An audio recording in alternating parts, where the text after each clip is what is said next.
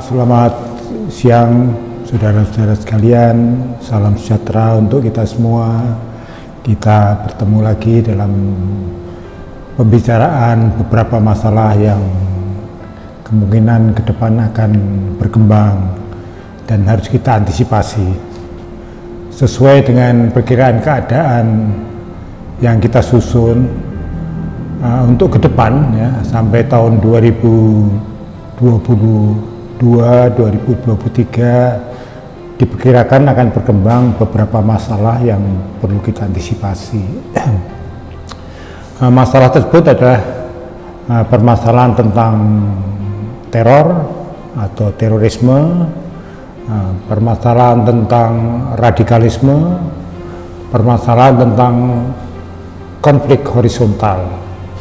Ketiga masalah tadi kemungkinan akan berkembang dengan intensif ke depan sesuai dengan adanya rencana yang besar daripada negara ini, yaitu Pilpres tahun 2024. Tiga permasalahan tadi, yaitu teror, masalah radikalisme, dan masalah konflik horizontal, itu sebetulnya permasalahan yang sangat kemungkinan adalah berkait, karena memang Densus pada saat sekarang ini sangat intensif untuk menciptakan kondisi dengan melakukan beberapa langkah-langkah prevensi dan langkah-langkah represif. Apa sih yang disebut dengan teror ini? Teror ini adalah suatu perbuatan atau katakanlah suatu tidak pidana ya. Intinya adalah mengandung suatu ancaman yang ditujukan kepada individu atau kepada masyarakat dengan tujuan-tujuan politik, tujuan-tujuan agama, ataupun tujuan-tujuan yang bersifat ideologis. Kemudian juga kita mencoba melihat apa sih yang disebut dengan radikal ini. Kalau kita bicara secara harfiah saja tentang radikal ini, adalah suatu gelombang keinginan untuk mengadakan perubahan. Sebetulnya perubahan adalah hal yang biasa dalam perkembangan masyarakat sekarang ini. Tadi sudah kita singgung bahwa dua hal tadi akan berkaitan erat dengan terjadinya konflik horizontal. Mereka selalu bergerak, berputar, selalu terjadi link up, ya, saling memanfaatkan. Ya. Gerakan radikal ini akan memicu terjadinya terorisme. Kalau kita mencermati perkembangan yang ada di media massa, pada tahun 2018 ya, itu terjadi 20 kasus. Ya. Kemudian 2019 terjadi 15 kasus. Dan 2020 ini sampai bulan ini ada 9 kasus yang bisa diungkapkan. Jadi memang kalau dia trennya ada penurunannya. Bentuknya, modusnya daripada kejadian terorisme itu adalah antara lain masalah bom bunuh diri ya. Bom bunuh diri, kemudian peledakan bom, kemudian penyerangan aparat, kemudian penyerangan warga sipil, kemudian perusahaan dan penyerangan fasilitas publik ya. Di 2024 ini kan ada suatu peningkatan. Pada tahun 2020 ini ada 173 orang yang terlibat di dalam hal itu. Bisa jadi korban, bisa tersangka, atau orang diperiksa. Ya. Kemudian 10 orang meninggal dunia. Hanya 2 afiliasi teror ya. Satu adalah mengafiliasi kepada Al-Qaeda, yang kedua adalah mengafiliasi kepada ISIS. Kejadian yang penting banyak terjadi di daerah Jawa Timur, kemudian Sulawesi Tengah, Poso ya. Kebetulan saya pernah tugas di sana cukup lama dalam menangani masalah ini ya. Kemudian Jawa Barat. Tadi secara organisasi adalah Al-Qaeda, yang kedua adalah ISIS. Mereka itu tempat-tempat akademinya ada. Al-Qaeda itu punya akademi, ISIS punya akademi juga ya. Tapi jangan dibayangkan seperti akademi militer di sini, akademi kepolisian, bukan. Akademi sana itu sekolah 4 bulan, 6 bulan sudah bisa lulus dia. jadi pengebom, jadi pembunuh, jadi ya macam-macam lah itu, perakit bom dan segala macam ya. Tahun 2020 ini Afgan turun, kalah dengan Somalia. Nah, itu jadi ini memang ini perkembangan nih dinamika ya. Kita lihat di perkembangannya nih. Ya, kita harus selalu mengikuti ini. Ya. Kita rutin mengadakan pertemuan-pertemuan ini lembaga-lembaga intelijennya untuk saling menukar informasi. Ini harus kita punya anatomi ya. Anatomi ini harus dihasilkan dari analisis makro dan mikronya. Tindakan-tindakan prevensi atau tindakan-tindakan yang bersifat depresif. Konflik horizontal ini sebetulnya suatu konflik yang terjadi dari strata masyarakat yang sama. Ya. Ini bisa dipicu karena apa? Karena radikal. Bisa dipicu karena apa? Ya katakanlah kalau saya sampaikan pada lebih detail adalah tafsir-tafsir yang ada pada dogma agama ini kadang-kadang berbeda-beda. Nah, sekarang Anda bisa lihat nih, loh kenapa kok itu Habib Rizik banyak pengikutnya? Karena dia menarik ya. Dia memberikan suatu harapan-harapan kepada followernya, masuk surga dan selanjutnya. Nah ini harapan-harapan ini bagi masyarakat yang katakanlah kalau saya katakan punya kualitas pendidikan rendah, mudah terbawa. Biasanya penerimaan mahasiswa itu banyak lembaga-lembaga yang kemudian masuk ke situ untuk apa? Untuk menarik masa-masa dari calon mahasiswa tadi untuk direkrut menjadi kaumnya, menjadi kelompoknya dia. Jadi organ radikal ini ya kalau saya bisa sebutkan sebagai contoh saja lah, contoh-contoh yang ada di sini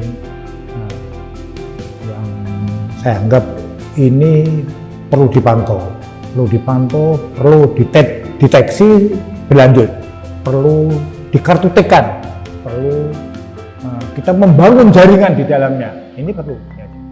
Pertama adalah Jamaah Salafi yang di Bandung. Nah, kalau kita sekilas bicara soal Salafi, Salafi ini adalah suatu aliran di mana selalu mendambakan masa lalu yang sangat indah, sangat berkuasa, sangat suci, ya sangat dan selanjutnya lah, semua sangat. Lalu bergeraknya untuk membangun hal seperti itu dengan cara revolusi tadi. Lalu bentuk-bentuk realnya apa? Nah, bentuk-bentuk real dari organ tadi itu sebetulnya pemikiran-pemikirannya. Jemaah Salafi di Bandung dan selanjutnya itu. Dia menentu saya pemikiran-pemikiran. Bentuk organnya itu antara lain ya NII, kristalnya, mengkristalnya NII, DITII, ya, MMI, ya, HTI, itu yang HTI yang itu. Laskar Jihad, FKA SDBY itu, ya, kemudian FPI, KISDI dan sebagainya, itulah kira-kira. Kalau orangnya itu saja ya berarti yang tadi ganti cover saja. Di kementerian dan lembaga tidak ada kementerian lembaga itu. Ada kita deteksi beberapa kementerian yang di dalamnya ada banyak orang radikal. Itu nampak dalam sikap perilakunya sehari-hari. Kondisi ini sangat rentan untuk dipecah belah. Ya, pasti. Jadi mereka masuk dari sisi ini. Jadi mereka rata-rata tidak suka dengan yang namanya plural itu, tidak suka. Mereka masih sukanya ya saya, kelompok saya. Tidak ikuti budaya saya, berarti dia di luar saya. Kalau di luar saya itu apa sebutannya, ada kafir, ada setan, ada apa namanya, itu sebutan saja. Distatuskan sebagai musuh. Ternyata bahwa tadi kita sebutkan tentang aneka ragam tadi, masalah sara ya, tadi suku, bangsa dan bahasa segala macamnya itu masih menjadi problem yang laten di kita ini. Oleh karena Bung Karno dulu selalu menteriakkan, katakanlah kalau binatang itu kawin silang itu, orang sana kawin sini, orang ini dan selanjutnya lah itu. Nah, dengan maksud adalah bahwa bangsa ini nanti akan jadi bangsa Indonesia yang terdiri dari suku-suku, tidak bisa dibedakan lagi. Masalah permasalahan Indonesia ini kan bukan tanggung jawab orang per orang, tapi tanggung jawab bangsa, yaitu tanggung jawab masyarakat semuanya. Kita harus saling mengisi ya, dengan harmonis, sinergi ya, untuk bisa kita menangani masalah-masalah teror, masalah-masalah radikalisme, masalah-masalah konflik horizontal, itu betulnya. Ini yang harus kita bangun. Bagaimana kerukunan agama, walaupun sudah ada FKUB dan segala macamnya. Jangan sampai organisasi ini hanya bersifat seremonial. Kemudian juga kita harus mampu membangun saling kepercayaan untuk membuat fondasi kekuatan ini. Dan semua langkah-langkah ini sebetulnya yang dibutuhkan adalah dilaksanakan secara simultan. Kalau kita nangani terorisme, kita ambil dulu yang paling atas ya, terorisme. Kita harus masuk ke dalam kegiatan-kegiatan yang sifatnya preemptif untuk aspek ekonomi, sosial budaya, dan keamanan. Dalam suatu masyarakat yang ekonomi atau prosperity-nya itu bagus, sejahtera, terorisme itu akan sulit berkembang di situ. Ada, tapi sulit berkembang. Aspek kesejahteraan sangat utama. Kemudian secara preventif, kita harus bisa selective priority. Bagaimana selective priority? Kalau di istilah kita ada namanya, kita harus mampu membangun, membuat, memetakan yang namanya karakteristik kerawanan daerah, yang disingkat dengan Kakerda. Coba, cetusan pemikiran-pemikiran, gerakan-gerakan itu ada di Jogja. Kalau kita bicara Kakerda, kita bicara yang namanya Astagastra. Jadi ada beberapa aspek yang harus kita dekati, ideologi, politik, sosial, ekonomi, budaya, hankam. Apa yang kita lakukan? Recovery. Gitu. Pasti harus ada recovery. Recovery di mana? Recovery di tempat-tempat di mana kita melakukan tindakan represif, kan gitu. Tapi secara lebih rinci, saya coba tengahkan bahwa bentuknya antara lain adalah mantapkan pemahaman dan tafsir kaidah agama. Ini harus ada suatu kesepakatan di antara para ulama, ya, menyatukan pemikiran ini. MUI, ya, artinya dia yang berikan fatwa itu kan. Nah, ini ya maksudnya ini. Bukan setiap orang buat tafsir, setiap orang buat tafsir. Ulama ini baru datang buat tafsir, sehingga masyarakat terombang-ambing. Gitu. Yang pintar ceramah, yang pintar berdakwah, banyak pengikutnya. Bisa ngiming-imingi masyarakat, banyak pengikutnya. Memberi harapan masyarakat, banyak pengikutnya. Padahal apa yang disampaikan ini belum tentu benar. Itulah. Inilah masyarakat menjadi tersesat. Kemudian yang kedua adalah membentuk komunal damai. Ya, tadi seperti lembaga masyarakat di tiap daerah itu yang isinya menyuarakan tentang kedamaian saja. Yang disuarakan adalah bagaimana kita hidup rukun gitu loh. Nah, kemudian menyebarkan virus damai di media massa tentang konflik horizontal.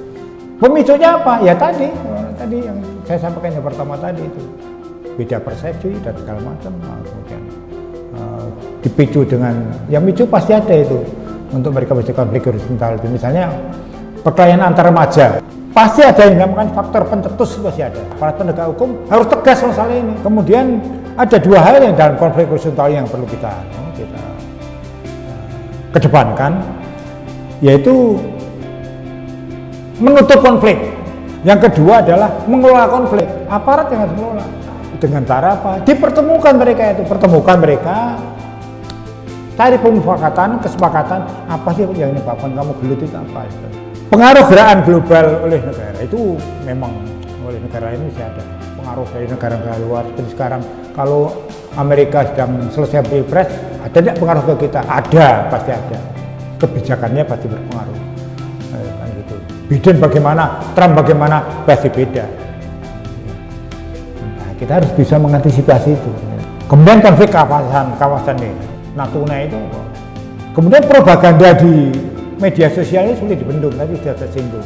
Ya, masing-masing punya dengan kebenarannya, dengan pikirannya sendiri. Teror, radikal, dan konflik horizontal ini diciptakan untuk dijadikan senjata di dalam, kalau kita pernah belajar namanya asymmetric war, namanya proxy war. Kayak misalnya kasus Papua emang tidak begitu. Kasus Papua itu seperti itu juga. Ya. Jadi orang dari luar masuk dengan pikirannya dia lewat LSM atau NGO, jadilah kita di situ. Jangan boleh masuk, jangan boleh masuk ke Papua, jangan boleh masuk ke sini dan kita atur. Karena kita tahu track recordnya dia itu adalah tukang adu domba. Jadi kita harapkan bahwa makin ke depan ini Indonesia juga makin sejahtera. Masalah ekonomi juga akan menyulitkan kita dalam membangun harmonisasi, membangun ya katakanlah kehidupan yang berkomunikasi baik, komunikasi sosial yang baik dan selanjutnya. Nah, saya kira ini yang bisa saya sampaikan pada pemirsa tentang masalah terorisme, masalah radikal, dan masalah konflik horizontal. Sangat terbatas ini materinya, tapi ini sebagai gambaran singkat ya, untuk bisa memahami ini, saya kira bisa dijadikan acuan. Sekian dan terima kasih. Selamat sore.